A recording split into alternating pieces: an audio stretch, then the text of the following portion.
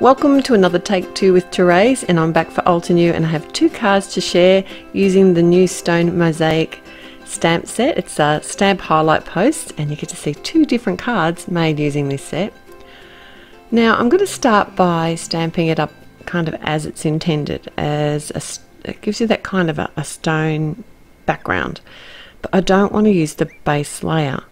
So what I've done here is stamp out a template of the base layer, and that way I can put all the other pieces together in the correct place.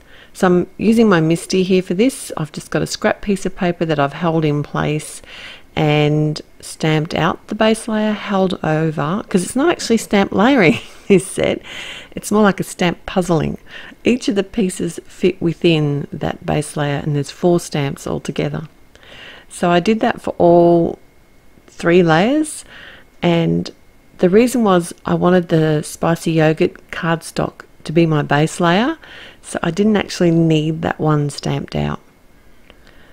So I thought this was an easy and quick way to get around that.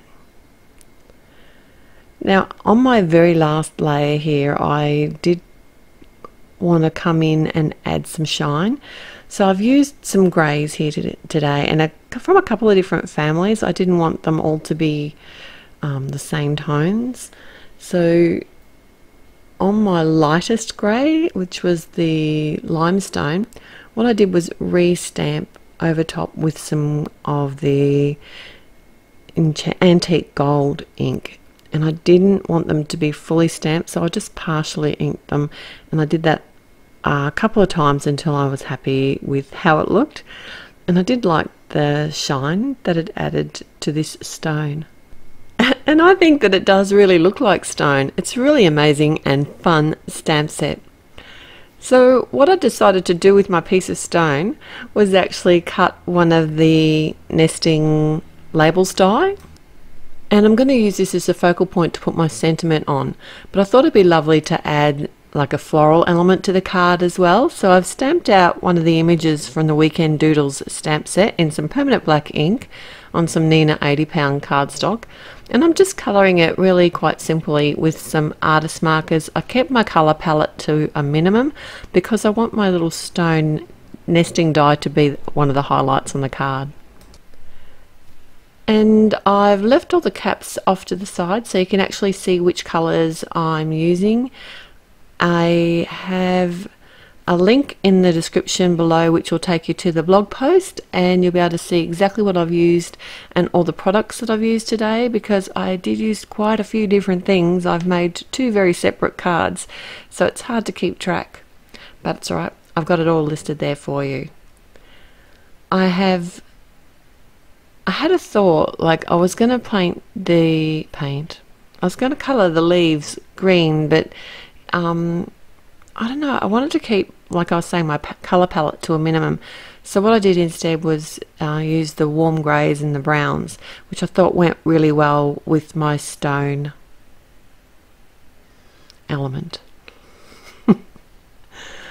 Okay, I have used the coordinating die cut here to cut this out. This would be a pain to fussy cut, so I'm really happy that I have that coordinating die.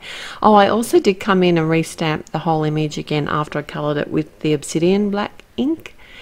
It's a pigment ink, really fast drying, and I just am loving this ink. I'm using it all the time for everything. And it just gives those nice sharp dark edges back to the image after colouring it with the artist markers.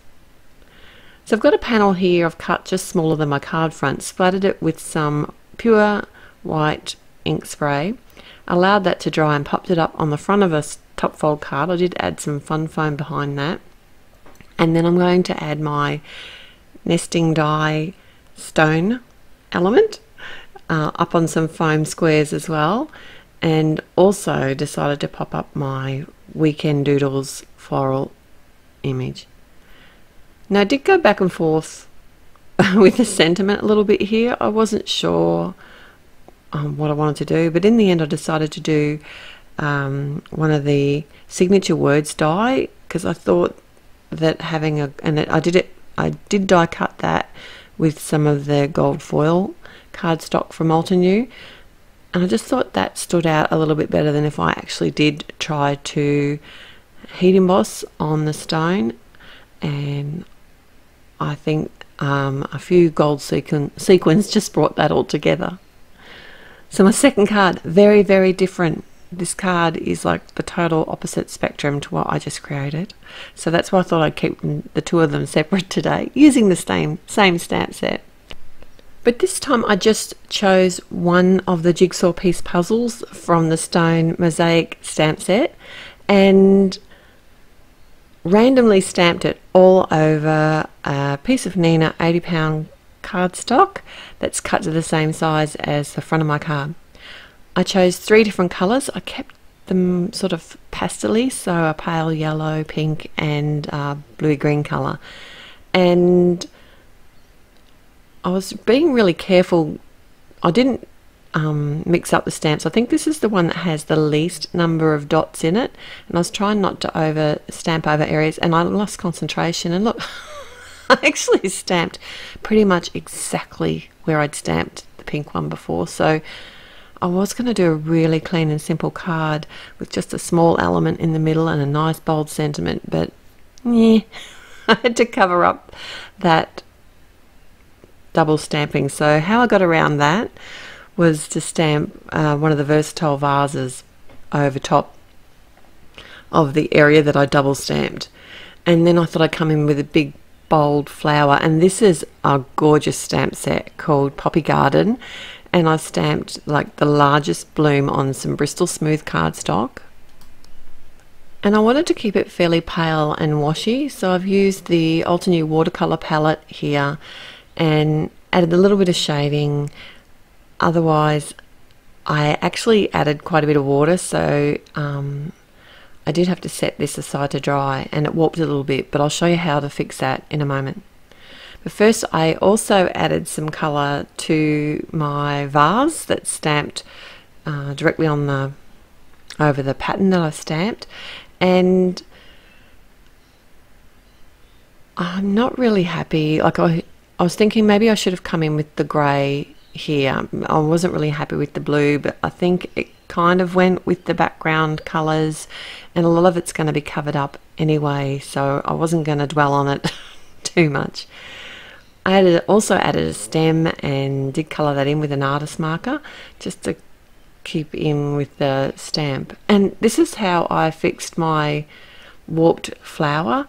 I actually folded it up in some copy paper and ran it through my die cutting machine without a die, and then I actually ran it through my die cutting machine with the coordinating die to cut it out, and that really can make such a difference to a warped piece of cardstock, and it's a lot quicker than sitting it under books. I did do some simple grounding of my vase with some pencils, and I think that did help a little bit. Added a sentiment from the Simply the Best stamp set. Has awesome sentiments. They're lovely bold sentiments, and I used the obsidian black for that. Popped my panel on the front of a top fold card and then just popped my flower up. So thanks for joining me here today. Don't forget to head to the blog and see all the pictures and more information about these cards. I hope you've had fun, and if you liked the video, please click on the like button, and if you haven't already, it'd be awesome if you could subscribe to the channel. There's always lots of inspiration here. So till next time, bye.